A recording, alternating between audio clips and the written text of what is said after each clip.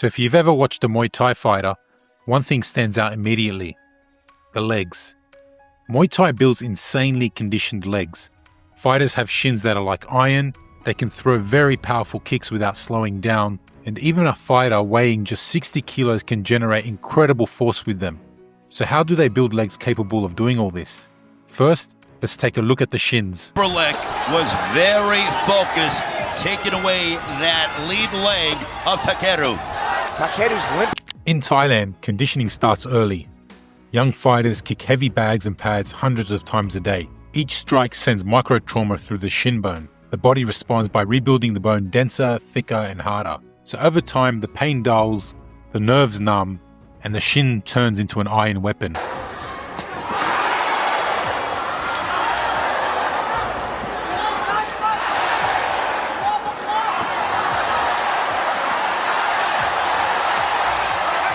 And once you've built the base, the fights take it even further. In the ring, your shins crash into knees, elbows, and other shins. Each collision isn't just damage, it's reinforcement. The repeated trauma forces the body to adapt again and again. And over 100 fights later, what's left isn't just bone, it's armor.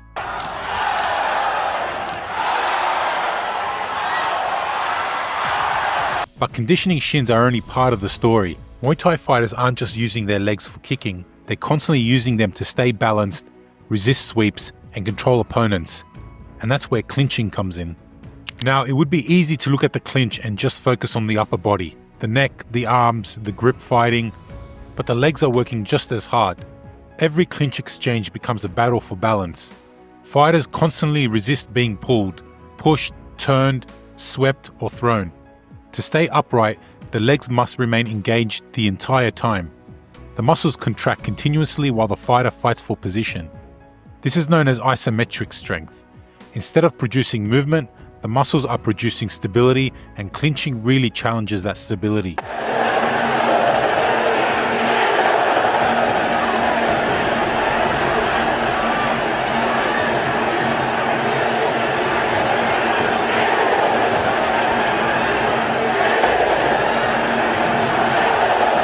It isn't unusual for Muay Thai fighters to be clinching up to an hour a day. That is, up to an hour of challenging the stability of your legs every day for years.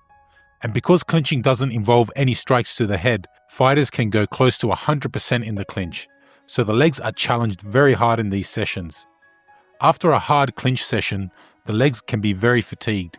Over years of clinching, this develops tremendous balance, stability, and strength throughout the lower body. But strong legs aren't much use if they're exhausted after the first few rounds. Muay Thai fighters also need legs that can kick, move, defend, and stay explosive from the opening bell to the final round. And that's where high volume running enters the picture. So you're running every single day, then you're training every single day? Before Muay Thai, it's mandatory you run. The trainers won't even let you train unless you run first. You show up, you run. Now, every athlete involved in combat sports runs to build their aerobic base. This isn't anything new.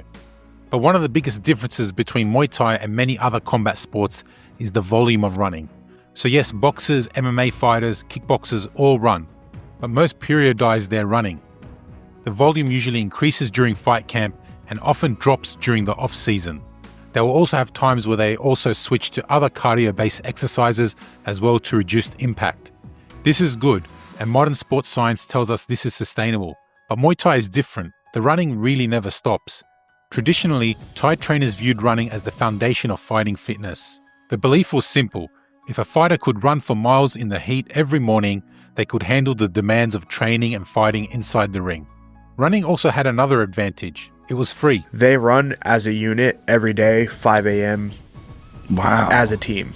Most Muay Thai gyms didn't have access to modern conditioning equipment, sports scientists, or expensive facilities. They also would have dozens of fighters training at the same time, so sending the entire gym outside for a run was simple and free.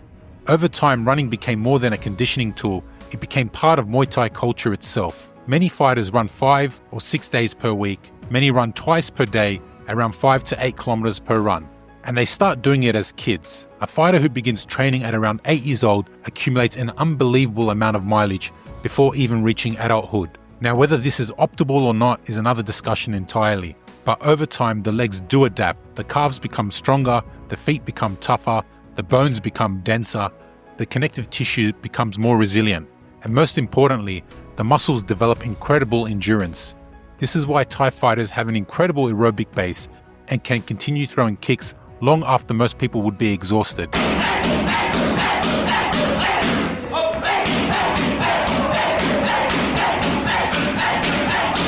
Their legs have spent years just adapting to constant work, but being able to work the legs for a long time is still only part of the equation.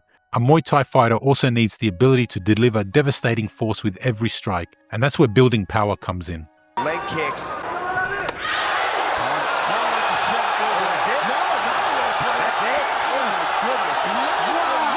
So the final piece of the puzzle is power, and this is where Muay Thai differs from many combat sports.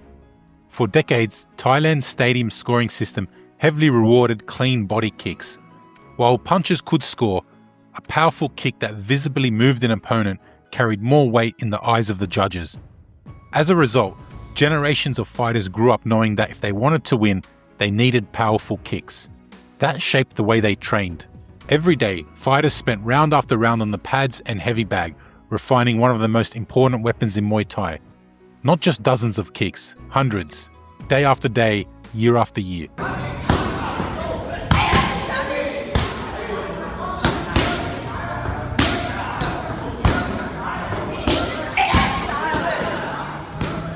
Over time, those repetitions taught fighters how to generate force efficiently, transferring power from the ground, through the hips, and into the target. That's why experienced Thai fighters have long been known for producing extraordinary power relative to their body weight. A fighter weighing just 60 kilograms can generate enough force to move opponents backwards, damage arms and ribs, and completely change the momentum of a fight. And this is because they have spent years refining the same movement over and over again until it becomes second nature. Many fighters also incorporate sprint work into their training. While long-distance running helps build endurance, sprint develops the explosive qualities needed to accelerate the legs and generate powerful kicks. The result is a system that produces fighters capable of delivering tremendous force with their legs because powerful kicks were often the difference between winning and losing. And years after training in a system that rewarded kicking excellence, powerful legs became one of the defining traits of Muay Thai fighters. Overall, the reality is that a Muay Thai fighter's legs rarely get a break.